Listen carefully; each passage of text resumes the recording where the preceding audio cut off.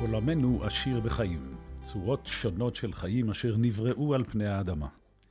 הרוב הגדול של חיינו מוקדש לאינטראקציה בינינו, בני האדם. אבל עושר החיים על פני האדמה העניק לבני האדם מתנה גדולה.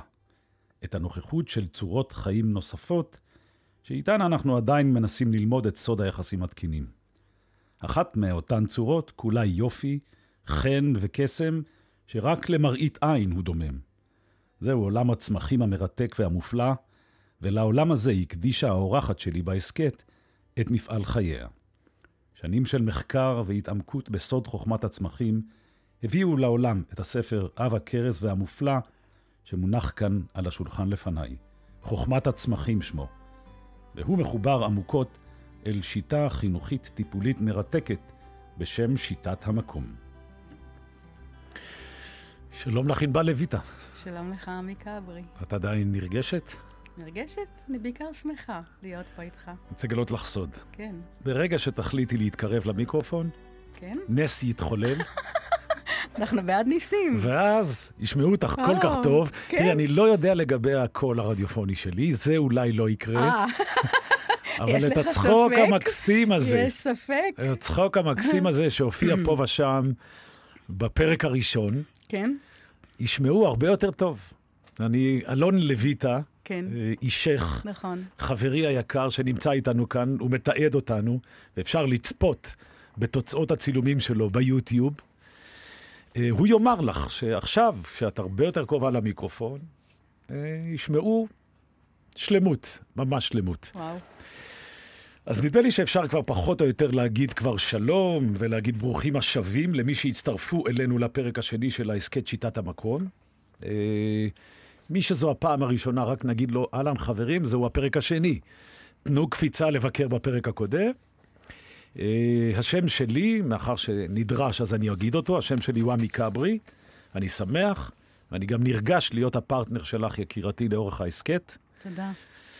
איך מצב רוחך, תחושתך? את יודעת, ההסקט מוקלט בימים בלתי שגרתיים בעליל, אבל אנחנו רוצים שהוא יהדהד עוד שנים ארוכות בעולם. הלוואי.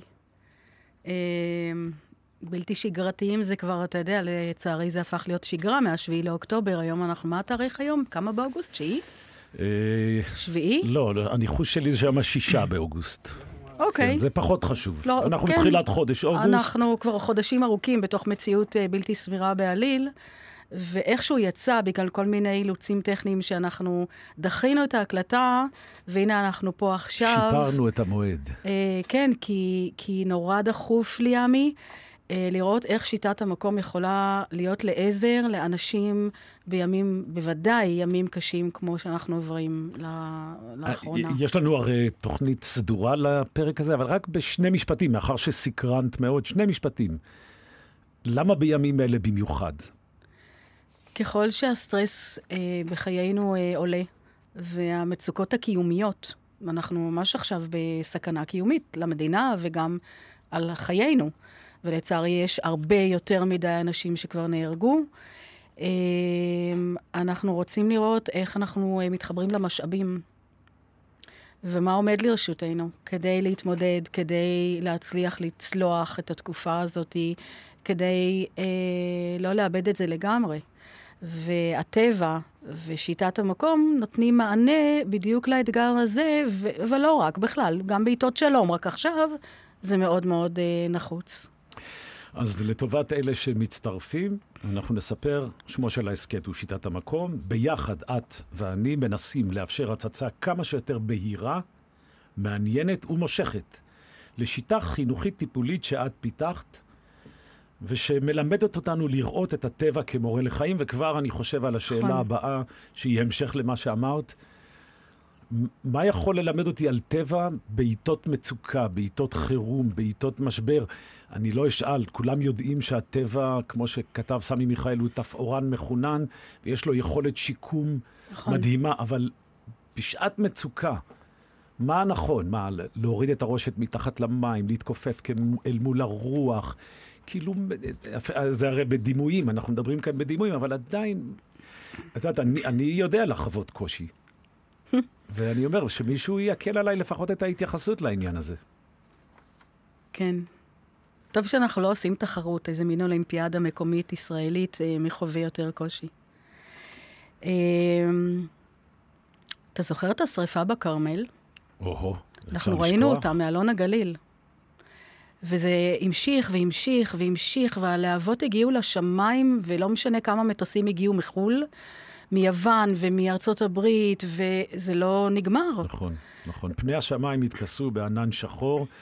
קטסטרופלי. אלון הגליל נמצא בעמק יזרעאל, באזור של צומת המוביל, למי שמכיר, ואני ראיתי אותה מהגלבוע. אני ראיתי אותה מהאזור של כתף שאול, תארי לעצמך. כן. הסכנה בזמן דרמטי כמו שיש לנו עכשיו, בזמן אבל, בזמן חורבן, בזמן משבר, כשאנחנו בתוך טראומה, כשאנחנו במלחמה, החשש הזה שאנחנו נשכח שיום אחד זה ייגמר. ואנחנו עלולים להילכד לאיזשהו הלך רוח של ייאוש ושל... זה לא ייגמר בחיים. וכשאנחנו מסיתים מבט אל הטבע, אנחנו רואים שהכל בסוף, כמו שאתה אמרת, לקוח של השיקום, אין תחליף. אין תחליף. בהתחלה, בתור בת שקולה, ממלחמת יום כיפור, כשהייתי בת 6, היום אני בת 57, בהתחלה אתה אומר, אי אפשר יהיה לקום מההריסות האלה. ואחר כך אתה מגלה שהשמש זורחת, כאילו, מה? ועולם כמנהגו נוהג, והרבה אנשים אני שומעת שהם מתלבטים, אז מה, ללכת ליהנות מתערוכה טובה, לשבת במסעדה, מותר לי, זה ראוי, מה הטעם? כשאנחנו מסתכלים על הטבע, אין שם שאלות, החיים ממשיכים. יהיה אשר יהיה, והטבע יודע להשתקם. כל השריפות שמחלות עכשיו את הצפון שלנו, פנינת היופי של מדינת ישראל, שלא לדבר על מה שקרה כבר בדרום. אנחנו נבוא לשם בעוד שנה, אנחנו נבוא לשם בעוד שנתיים, כמו שהיום אנחנו הולכים לכרמל. זה לא ששכוחים, הצלקת נשארת צלקת, אבל על גבי הצלקת מתחדשים חיים. בפרק הראשון של העסקת, למדנו להכיר אותך באופן אישי, שמענו משהו על הביוגרפיה שלך, פגשנו מונחי יסוד בשיטת המקום, נגענו פה ושם בדברים מתוך הספר חוכמת הצמחים, זה ספר שמגולל את עקרונות שיטת המקום, הוא מלא וגדוש בידע ניכר, ואחד הדברים שמושכים אותי בתור אדם שמאוד אוהב טקסטים, זה ציטוטים יפהפיים מקורות שונים, נכון. מגוונים כל כך, עוד מעט אנחנו ניגע בהם, ואני אחרי שתסבירי לי את המבנה של המינון בתוך הספר, אני רוצה להקריא משהו שהוא תמציתי ובהיר, מצוין בעיניי. אני סקרנית. כן, לא, מה בחרת? מתוך 528 עמודים. כמעט כבר אין יותר שאלות, ובכל זאת. יאללה. אז את רוצה שניגש לציטוט הזה. אני סקרנית. אז אני אספר למי שאיננו מכיר, שבספר, תחילתו של הספר, יש בה פרקים, פרקי מבוא, בעיניי פוקחי עיניים, אני כבר אמרתי לך את זה, יש לך כתיבה מאוד בהירה. תודה רבה. מאוד תמציתית. אני, כהכנה לעסקת, קראתי את הפרקים האלה. זה היה נהדר, כי זכרתי כמעט הכל. הכל היה דבר דבור על אופניו. אז מתחת לשאלה שאת מציגה, מי במרכז? האדם, אלוהים או הטבע? הנה מה שאת כותבת. שיטת המקום מציעה חוויית חיים שבה יש מקום לכולם ולכל. כשאדם הוא חלק מן הטבע באופן הדוק ואף אינטימי, כל נזק לסביבה מתברר כנזק אנושי. כל שימוש יתר במשאבים סביבתיים פוגע לא רק בטבע, אלא גם באדם. זהו הבסיס האלמנטרי, וממנו מובן מאליו שהאחריות לעובדה ולשומרה מחייבת להכיר ולהוקיר את הטבע כבית פיזי, רגשי ורוחני לאנושות כולה. נכון שאין שאלות אחרי דבר כזה? הכל סדור. קשה לי לומר, אתה יודע, אני בתוך הלופ שלי, אחרי 16 שנות עבודה, אין הנחתום מעיד על עיסתו. את כאילו, אני נזכר שיום אחד, לדעתי אחרי קריאת הפסקה הזאת, באתי אלייך ובצורה הכי כנה בעולם, אמרתי לך, וואי, זה פתאום חונק אותי המחשבה שמניחים בטון על האדמה. נכון. אתה לוקח כוחות חיים אדירים, אדירים, אדירים, שהקרבה שלהם לאלוהים היא אולי אפילו גדולה יותר משלך, לבריאה גדולה יותר משלך, אתה מלביש עליהם בטון. פתאום, לרגע הזה שבו דיברנו, ממש הרגשתי סוג של חנק. אז אני אדם מודרני, הכל בסדר, אבל זה מטורף, והקטע הזה מסביר את זה. אומר, עזוב, את השתמשת במשאבים של טבע, זה לא ללכת להתנצל בפני הטבע. בוא תתנצל בפני עצמך. פעם בט"ו בשבט הייתי באירוע עם עזריה אלון, והבן אדם היה כבר בן איזה 90. עלה לבמה עם סוודר אדום, ופתח את הדברים שלו בפרובוקציה. והאיש, שבזכותו יש לנו את החברה להגנת הטבע, איש רב מעש שהשאיר לנו ירושות מדהימות בנוגע ליחס שלנו לטבע המקומי, כשפעם זה היה לגמרי לגיטימי, אמא שלי, כן? לקטוף נרקיסים ולחזירו הביתה עם זרים, סבבה. והאיש אמר בשקט, אני לא דואג לטבע. ואז כזה, אתה יודע, אני אומרת בלב, מה? אתה לא, אם עזריה אלון לא דואג לטבע, מי ידאג לטבע? ואז הוא אמר, אני דואג לבן אדם. כי טבע, כמו שאמרנו, יודע להשתקם. תולדות האנושות בתוך תולדות כדור הארץ זה פסיק. הטבע יודע להתאזן, יודע להתחיל מחדש. האדם אומר, מה קורה לילד שיגדל בלי לדעת מאיפה באה העגבניה שהוא אוכל? וזה היה חריף. אז מה התשובה לשאלה? מי במרכז? אדם, אדמה, אלוהים? קודם כל, אלוהים זה מונח קצת בעייתי.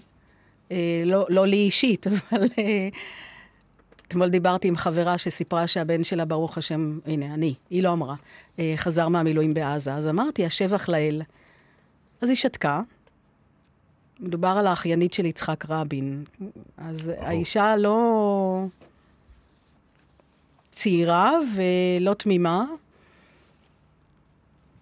שתקה רגע ואמרה לי, את האל אנחנו נשאיר בחוץ, או בצד. אז אלוהים, יש אנשים שלא מרגישים בנוח עם המונח. מה שאני גיליתי זה שבטבע יש את האלוהות ויש את האדם. השאלה אם באדם יש את הטבע ויש את האלוהות. וואו, אהבתי את זה מאוד. אז אנחנו, מה שנקרא, מרימה לי להנחתה נהדר. אני לוקח את הספר חוכמת הצמחים, אני מסתכל בציטוטים, ופתאום אני אומר, רגע, יש כאן איזשהו חיבור מאוד משמעותי בין חוכמת הצמח לבין הביטוי שיש לך במקורות היהודיים. עכשיו, עזבי מה חשבתי לפני שהתחלתי לקרוא את הספר ולפני שהתחלנו לעבוד על העסקת הזה, אבל בסוף את קיבוצניקית. בואי נשים לשעבר. את זה. לשעבר. ואת לא שומרת מצוות אם אני לא טועה. תכף נדבר על זה. אז זה הזמן לדבר על זה. יאללה. מה השאלה? שבת. שבת. זו מצווה, ושמרתם את השבת. אוקיי. שומרת שבת? מה השאלה? מה אתה רוצה לדעת? האם את נוסעת, והאם את מדליקה טלוויזיה בשבת? אבל כי מה? כי אם אתה תדע, אז מה יקרה? או אם המאזינים שלנו ידעו אם אני שומרת שבת או לא? איך זה קשור לחוכמת הצמחים? היא שומרת שבת, ברור שהיא תביא... אבל איך זה קשור לחוכמת הצמחים ולשיטת המקום? מה אתה בעצם... מאיפה תביא את הציטוטים, אם לא מתוך המקורות היהודיים, מתוך הדת היהודית? ברור.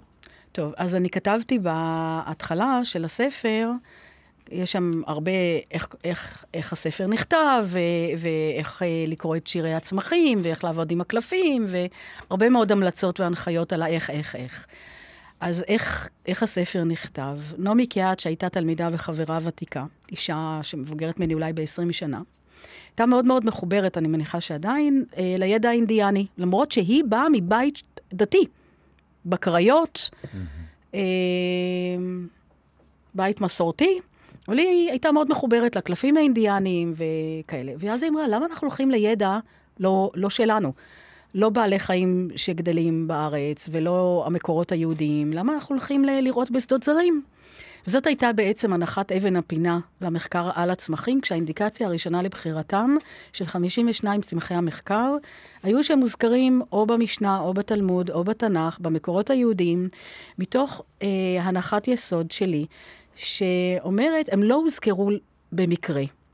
יש את הפשט ויש את הדרש, אני רוצה לדרוש את המובן הסמוי, ולא הגלוי. הגלוי בגן העדן, וואלה, קלטו שהם ערומים, התאנה גדלה לידם, לקחו עליה, הוא גדול, מכסה. אני אומרת, לא, יש כאן איזה משהו עמוק יותר, איך לא לקחת כל צמח אחר גדול, דולב, קיקיון. יש כאן איזו הנחה עכשיו, החיבור שלי ליהדות, להבדיל מינו מקהת, כמו שאתה אמרת. אז אני באה מבית של התיישבות עובדת. שני ההורים שלי נולדו במושבים, שני הסבים משני הצדדים, אנשים שעלו מאירופה והקימו מושבים בעמק חפר ובשרון, ואני, קצת קשה להגיד, גדלתי. עיקר החינוך שלך היה מבית החינוך בית גניה, נכון? בדיוק, עכשיו, מי שישמע או שמע את הפרק הראשון, שמע שכל שנתיים נכון. היה רילוקיישן מגיל שנתיים שלי, אבל באמת הדבר שהטביע בי הכי את חותמו, אלה היו השנים בבית החינוך בדגניה א', על שם א' ד' גורדון, בית ספר אזורי יסודי. עכשיו שוב, מדובר על התקם. אז כן, זה לא השומר הצעיר שהם קיצוניים, אבל עדיין זה לא שומרי מסורת. והיה מנהג מהמם, שוויוני, שהיינו אוכלים שם ארוחת בוקר וצהריים, וביום שישי רק בוקר, וזה היה מאלף עד ח' בבית ספר, היו ספסלים ארוכים, והחברותא הייתה מעורבבת בין ילדים מכיתה א', כלומר, לא א' ישבו בנפרד וז' בנפרד וח' הגדולים בנפרד, אלא היית ליד אותו שולחן עם הספסלים ממך מולך, ילדים מגילאים שונים, ולפני זה היה פודיום מעץ, שהיה להם תורנות למורים ולמנהל, עוזי בן שלום, זיכרונו לברכה. הם היו מקריאים לנו פרקי אבות. איזה יופי, לפני וואו. האוכל, וואו. וביום שישי, שאין ארוחת צהריים. ואת זוכרת את זה, לא לא, יתואר. תקשיב, זה נחרט בי. מה את אומרת? ואז ביום שישי היה ויחולו. ויחולו. מאיפה זה הגיע? והדבר הזה לימד אותי עמוקות שאין סתירה בין התיישבות עובדת, חקלאות, תנועה קיבוצית, לבין שמירה על המסורת, בלי קשר לשמירה על המצוות. יש לנו שייכות תרבותית, באנו משם, זה שלנו, אנחנו לא בשביל זה צריכים להיות עם כיפה וציציות, בהכרח. טוב, קצת הפתעת, אני לא אעשה מזה דרמה גדולה, אבל באמת טיפה הפתעת. תראי, לי היה מורה חופש כיפה. ואני לא זוכר דבר כזה. בכלל, פרקי אבות גיליתי בשלב כל כך מאוחר. אמרו, אם אין אני לי מי לי, אבל אף אחד לא נכנס לזה. את אומרת, תשמע, אני ידעתי שעכשיו מגיע הרגע הספציפי הזה, נכון. שבו מקריאים פרקי אבות. נכון, טקס. מאוד יפה. מהמם. מאוד מאוד יפה. משהו מתוך המשפחה?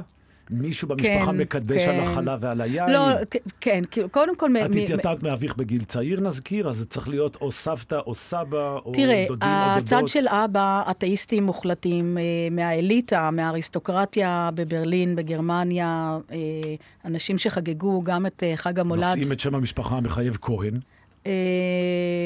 כן, אבל שם, כהן זה היה שם ניסוי היה של סבתא, אבל היא גדלה בבית מתבולל. גם חג המולד וגם חנוכה, וזה על הכיפק, ואלברט איינשטיין היה חבר המשפחה, וכן, כאילו בינם ובין יהדות לא היה יותר מדי. לעומת זאת, הצד של אימא, מה שאני יודעת זה שאבא של אימא היה בן יחיד, והיה עילוי בתורה, והיו ציפיות גדולות, היה ברור שהאיש יגדל להיות רב גדול בישראל, כלומר לא בישראל אלא בפולין. הבן היחיד הזה התפקר, עלה לארץ, גזז את הפאות, והפך להיות חלוץ, וההורים שלו ישבו עליו 7. כן, עשו קריאה. עשו קריאה, ואחר כך הם נרצחו בשואה. אני לא יודעת איך הוא המשיך לחיות עם המסע הזה באלף. אנחנו, אלון ואני, אנחנו עושים קידוש בשבת, וארוחה משפחתית, ומדליקים נרות, ואני לא אוהבת לנסוע בשבת, והפלאפון שלי שומר שבת, אבל זה, אתה יודע, זה הווריאציה האישית שלנו, אני לא ממהרת להכניס את זה לתוויות. היה איזה משהו קוצני כששאלתי אותך לגבי העניין של שומרת מצוות. ענית לי בהתרסה מאוד לגיטימית של נו ואז אם. יש עוד משהו שאת רוצה לספר לנו על אני נורא כמהה. יצאת להתקפה. סליחה, אז לא התכוונתי. לא, מה זה? אבל בתוך חברה כל כך מקוטלגת, נכון. ואחד נגד השני, וכמה אתה משהו, כמה אתה שמאלני, כמה אתה ליכודניק, כמה אתה עושה מילואים, כמה אתה. והסובלנות, אתה יודע, בערים מעורבות, יפו, נצרת, חיפה, אנשים חיו ביחד, הם חיו ביחד, בלי למדוד מי דתי, מי פחות דתי, מי יותר דתי, מי ערבי, המקום שהוא סובלני, זה ערך שיש בי כמיהה אדירה להחיות אותו, ושיטת המקום מדברת על חוכמת המגוון. נכון. בדומה למונח שבעולם הביולוגי אנחנו מדברים על מגוון ביולוגי, שככל שיש יותר מינים באותו בית גידול, על אותו שטח מרובע, דווקא האיזון האקולוגי במקום גדל. כשיש לנו מין פולש, או כשיש צמח שהוא משתלט, אז אנחנו בבעיה אקולוגית, או כשכל החקלאים בערבה... שמפר את שיטת המקום. שמפר את האיזון. נכון, וכשכל החקלאים בערבה מגדלים פלפלים, כי עכשיו יש מחירים נורא טובים לפלפלים, ופתאום יש איזה מזיק, או רוסיה סוגרת את שעריה, כולם נופלים. ואז אנחנו אומרים, זה טוב למקהלה להיות עם ריבוי קולות, היא יותר הרמונית, יותר עשירה, זה טוב לחברה שיהיו בה ניואנסים ואת חוכמת המגוון. וככל שאנחנו נהיה יותר כל מיני, ולא רק דתי, קיבוצניק, שמאלני, כל מיני הגדרות שמצמצמות לנו את המציאות, ככה נוכל לחוות שיש לנו מקום בעולם, ולאפשר את זה לזולת, אני חושבת. יפה. אני לא רוצה לפתח את זה, מכיוון שזה מתישהו אמור לצוץ שוב. אני רוצה עכשיו ככה טיפה למקד אותנו. אנחנו לפרק הזה, הפרק השני של העסקת, קוראים לעובדה ולשומרה. זה כמובן תיאור מקראי של גן העדן, זה לקוח מתוך התיאור המקראי של גן העדן, ספר בראשית. ויקח אדוני אלוהים את האדם, ויניחהו בגן עדן, לעובדה ולשומרה. אז בעצם תנסי ככה בבהירות שמאפיינת את הכתיבה שלך, להגדיר לי תפקיד הלעובדה ולשומרה בתוך שיטת המקום. קודם כל אנחנו צריכים לעבוד בזה, בלשמור, בקיימות. כי אתה מכיר את הנסיך הקטן? את הספר הנסיך הקטן. כן. הוא מתעורר, הכוכב שלו מאוד קטן, והוא מתעורר כל בוקר וקודם כל מעשב אותו. כי בלילה זרעי האובאובאוב, שהוא עץ אדיר, אולי נבטו, והם עלולים לבקע את כוכבו. וזה נכון לגבי זוגיות, וזה נכון לגבי בריאות, וזה נכון לגבי חיי חברה. אנחנו צריכים לעבוד בלשמור על הקיים. כי מטבע הדברים, מה שקיים ילך וירד. כמו הבריאות שלנו, הזיכרון שלנו, הכוחות שלנו, המשאבים של כדור הארץ. והעניין הזה של לשמור על הקיים ולעבוד בזה, להתחייב באופן אקטיבי, ולהגיד, אני לא האור מן ההפקר, כן? ביאליק, אנחנו לא מספיק להודות, אני צריכה להתחייב לאיזושהי אקטיביות, מה הדרך שלך, מה הדרך שלי, לעבוד ולשמור על הבריאה, על הקיים. בשיחה בינינו, פחות או יותר בחלק הזה, אני אמרתי, יש דבר אחד שלימדו אותי בילדותי, בבית הספר היסודי, לא לעשות, לא לקטוף. אז עכשיו אני שואל את עצמי, מותר או אסור, וגם מי קובע. תראי, אני מוצא המון גמישות בשיטת המקום. אני כמעט יכול כבר להגיד, מתוך המתינות, הפתיחות, המאפשרות הזאת, שענבל מייצגת, היא יכולה להגיד לי, אתה יודע מה? מותר לקטוף. השאלה את מי שואלים, מי קובע אם מותר או אסור. נהדר, איזו שאלה נפלאה. קודם כל נגיד שזה לא ענבל, כי אמרתי בפרק הקודם שאני התלמידה הראשונה והעיקרית של שיטת המקום, ואני מלמדת את מה שאני צריכה ללמוד, כל הגמישות והאפשור. מי שמכיר אותי יודע שזה לא בדיוק שמי השני, אז לא ניקח קרדיט שלא מגיע לנו.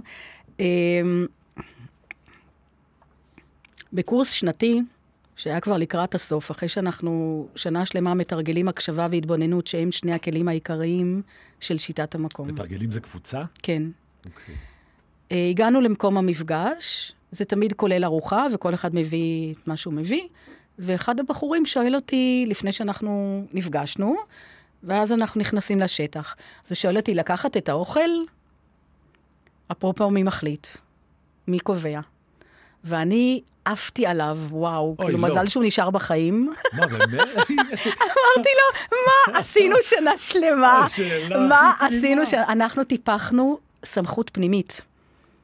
כמו בעל חיים, כמו צמח. אתה לא מחכה שמישהו יגיד לך.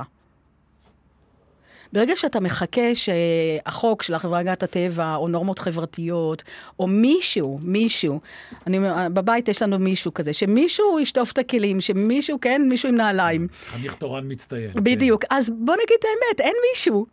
אין כזה, זה אשליה, וזה איזו ציפייה מאוד ילדותית. אנחנו צריכים לקחת אפרופו... כן, אבל לידך נלחצים, כאילו...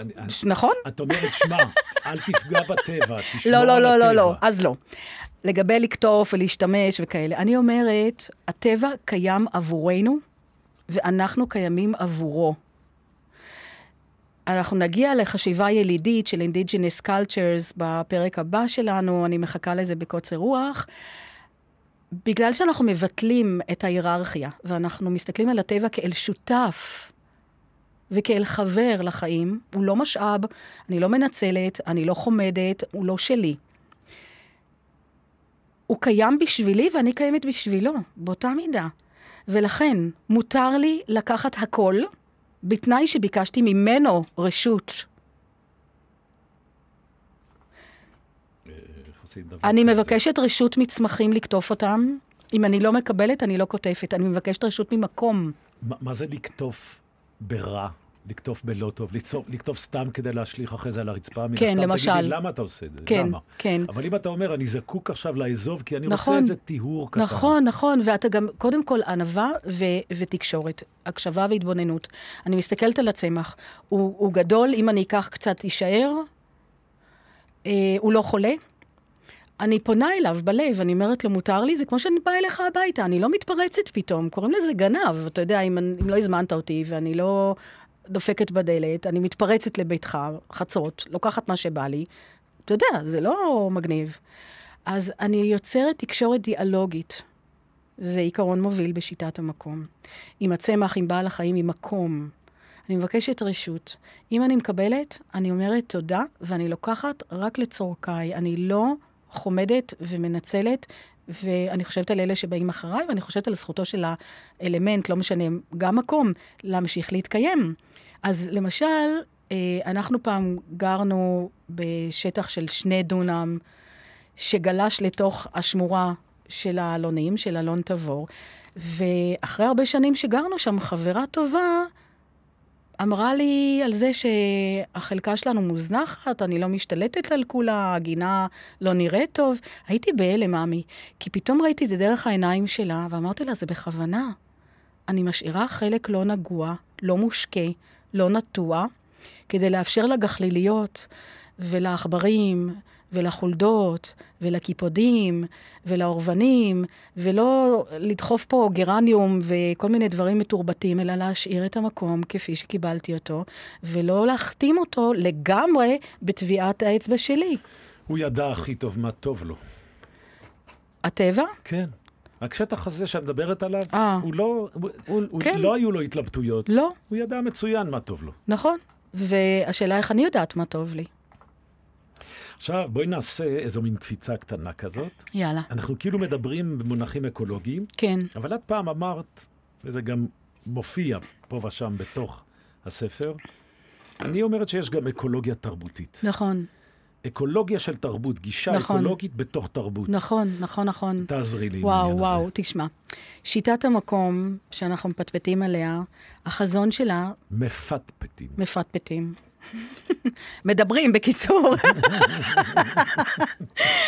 החזון של שיטת המקום זה שהיא תהיה בינלאומית, ושלכל מקום שהיא תגיע בעולם, היא תרומם ותחזיר אנשים לשורש של התרבות המקומית. איך אתם מתייחסים לטבע שלכם? איזה טבע יש לכם פה? המיתולוגיות, הרפואה העממית, הטקסים, השימושים, כי בלי לשים לב, או אם לשים לב, כולנו נהיינו אמריקאים, וכולנו אוכלים צ'יפס ושותים קוקה קולה ונועלים סניקרס וג'ינס. הגלובליזציה מדוברת, שפוגעת בהרבה מאוד, נקרא לזה במונחים של טבע, מינים חלשים. נכון, נכון, תרבויות נכחדות, שפות נכחדות, מאכלים, זיכרונות, ידע. ואנחנו משטיחים את המציאות שלנו למשהו שאני לא רואה מה טוב בו. ושיטת המקום מאוד מאוד מבקשת להתחבר לאיזשהו שיקום מקומי תרבותי למורשת שיכולה, אפשר להגיד, להתחיות? יש כזאת מילה? זה השיטה של הנטייה היא נכונה. להתחיות? יאללה. כן. ואתה יודע, האירוויזיון, אתה זוכר שפעם... בדיוק קפץ לי בראש הרעיון הזה של אנשים שבאו ואמרו, אנחנו כולנו יכולים לשיר באנגלית, נכון, אבל עכשיו... נכון, עכשיו תשמעו סרבית, עכשיו תשמעו עברית. שזה לא היה פשוט לשמוע בן אדם שר ביוונית. נכון, נכון, נכון.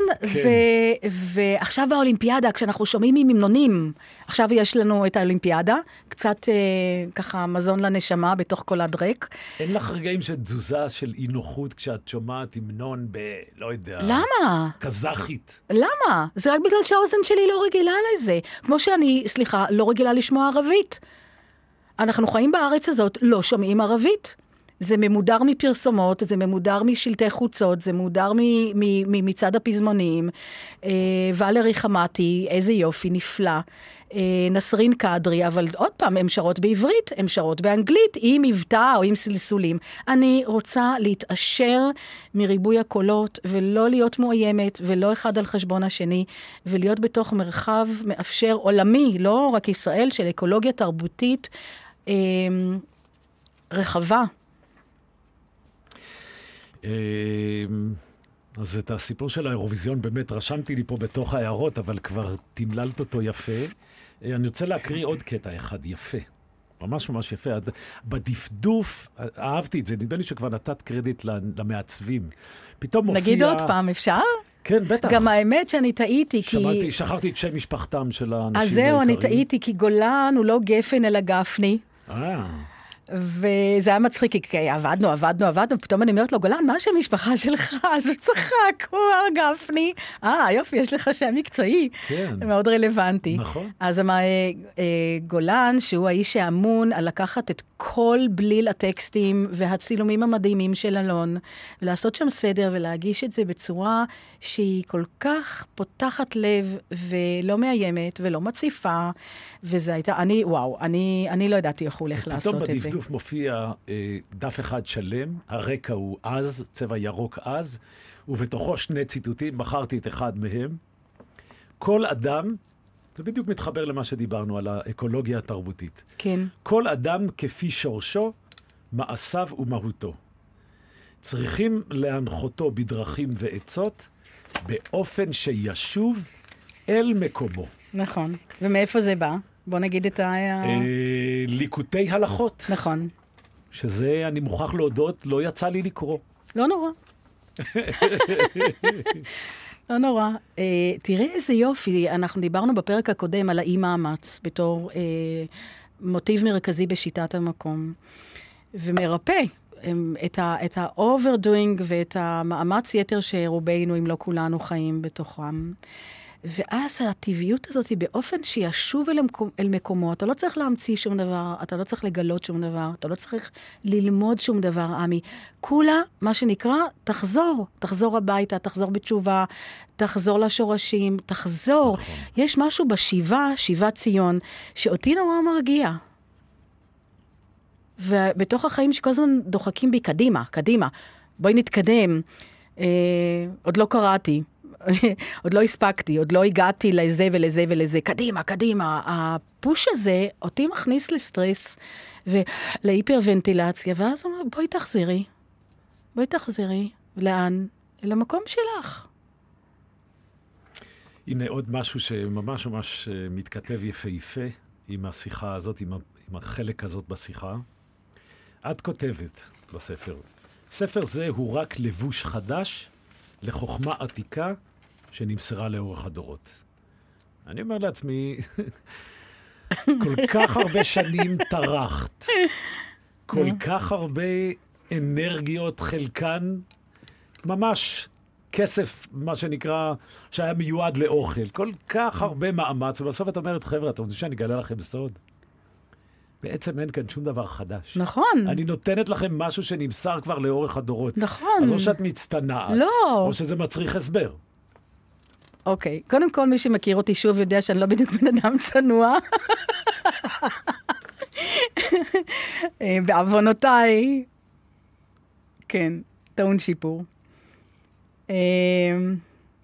אני כותבת שחז"ל ומורי ורבי א' ד' גורדון ידעו טוב ממני על הקשר בין אדם ואדמה, ועל הסמליות שבטבע, ועל הטבע כמורה, ועל החוכמה הזאתי. כאילו, מה חידשתי פה, עמי? כולה ארזתי את זה נורא יפה, שוב, בעזרת אלון. למה זה לקח כל כך הרבה זמן אם זה כבר קיים? נכון, וואו. תגידי, אז בעצם אנחנו חיים במקום הכי נכון, נכון? זה האדמה שלנו, אדמת אבותינו, בגדול, כן? אני תמיד אזכור שההורים שלי הגיעו מהמגרב, מהחלק הצפוני של אפריקה. כן. אבל בכל זאת, אין לי זרות כאן. כן. הכל פה בעברית. נולדתי כאן, אבל בכל זאת, השורשים שלי הם מכאן. סימן שאלה. אבל את אומרת, שמע, כאן, האדמה הזאת, כן. היא האדמה שלך. כאן, כשישבו וכתבו את התורה החכמה שמלווה אותך ושאתה עוסק בה מדי סוף שבוע בתוכנית הרדיו שלך, כן. הכל קרה כאן.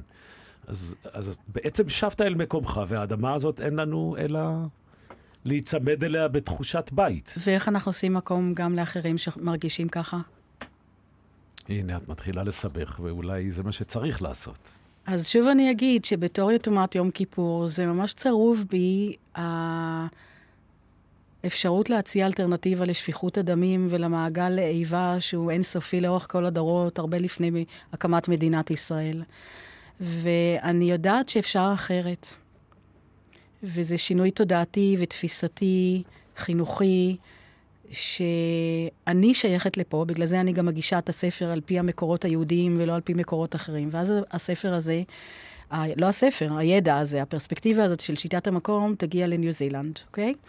ואז הידע היהודי לא יהיה רלוונטי לשם, כי זה לא המקום, זה לא האדמה, זה לא המיתולוגיה, זה לא המדרש, זה לא האתנובוטניקה שלהם. ואז הם התחברו למקורות שלהם, ולהיסטוריה שלהם, לגיאוגרפיה שלהם, למורשת האקולוגית שלהם, וישובו למקומם שלהם. ואני אומרת, זה שלי, אבל לא רק שלי. כמו שאני אומרת, הטבע בשבילי, אבל גם אני בשבילו. ואז יש לנו יחסים שוויוניים והדדיים. טוב, את יודעת, אנחנו כבר די קרובים לסיומו של הפרק. ככה זה כשנהנים, זה עובר מהר. כשנהנים, זה טס, שחבל על הזמן. איזה כיף שיש עוד. אז אני חשבתי שהדבר הנכון עכשיו יהיה פשוט לשמר את המסורת שלנו. כן. בסיומו של כל פרק, אנחנו פשוט נותנים למי שמאזינות ומאזינים המלצה מעשית. אפשר לקיים אותה עם הספר ולקרוא את החומרים שבפנים ולעבוד איתם, אבל אפשר גם בלי. נכון. אז ההצעה שלי סביב לעובדה ולשומרה, לשאול איזה ירושה קיבלתי ואיזה ירושה אני משאירה. זה יכול להיות מנהג, זה יכול להיות חפץ, זה יכול להיות זיכרון. ולוודא שבתוך שושלת הדורות, לזכור מאיפה אני באה ולאן אני הולכת. וזה, אני חושבת, כל התורה על רגל אחת. דע מאין אתה בא ולאן אתה הולך. אני אומרת עוד יותר, אני קצת מתקנת את חז"ל, ואני אומרת, דע מאין אתה בא, ואז תדע לאן אתה הולך. וכשאת אומרת משאירה, אז לילדייך, למי שבא לך. אצלנו למשל בקבלת שבת, לפני שאנחנו מדליקים נרות, אנחנו בשקט, ולא מדברים, כולל הנכדה בת השנתיים. כמה זמן? עד שאנחנו רואים שכולם סיימו לבקש בלב את כל הבקשות שהם רוצים בשביל כל מי שרק עולה בדעתם. עכשיו, אני שנים רבות מבקשת למשפחת גלעד שליט, והילדים אומרים לי, אמא, הוא כבר מזמן השתחרר. ואני אומרת, חברים, זה לכל החיים. זה לכל החיים. ואני אמשיך לבקש למשפחת גלעד שליט, ולא משנה אלה שהיו וכבר נפטרו, ואלה שהיום, ולא עצמו. זה מעניין. אז אנחנו בשקט, כל אחד מבקש בלב את מה שהוא מבקש, למי שהוא מבקש, כמה שהוא מבקש, לא מספרים אחר כך.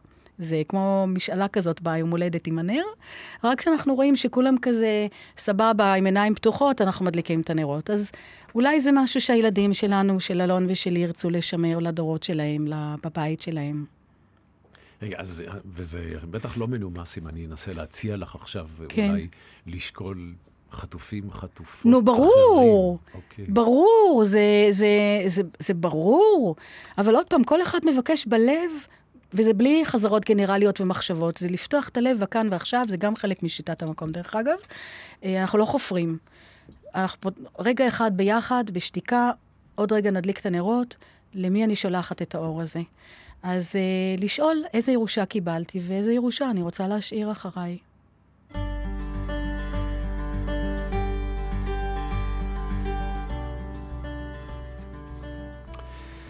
זהו זה, עד כאן הפרק השני של ההסקט שלנו, שיטת המקום, שבו אנו משוחחים ולומדים להכיר את כוחו המרפא של הטבע. ניתן להזין לנו בספוטיפיי, לצפות בווידאו-קאסט שלנו ביוטיוב, לביקור באתר המרתק של שיטת המקום, הקלידו בגוגל, שיטת המקום ענבל לויטה. נשתמע בפרק הבא, ועד אז אנא הקפידו לזכור. יש מקום לכל אחד ולכל אחת. יש מקום לכל ולכולם.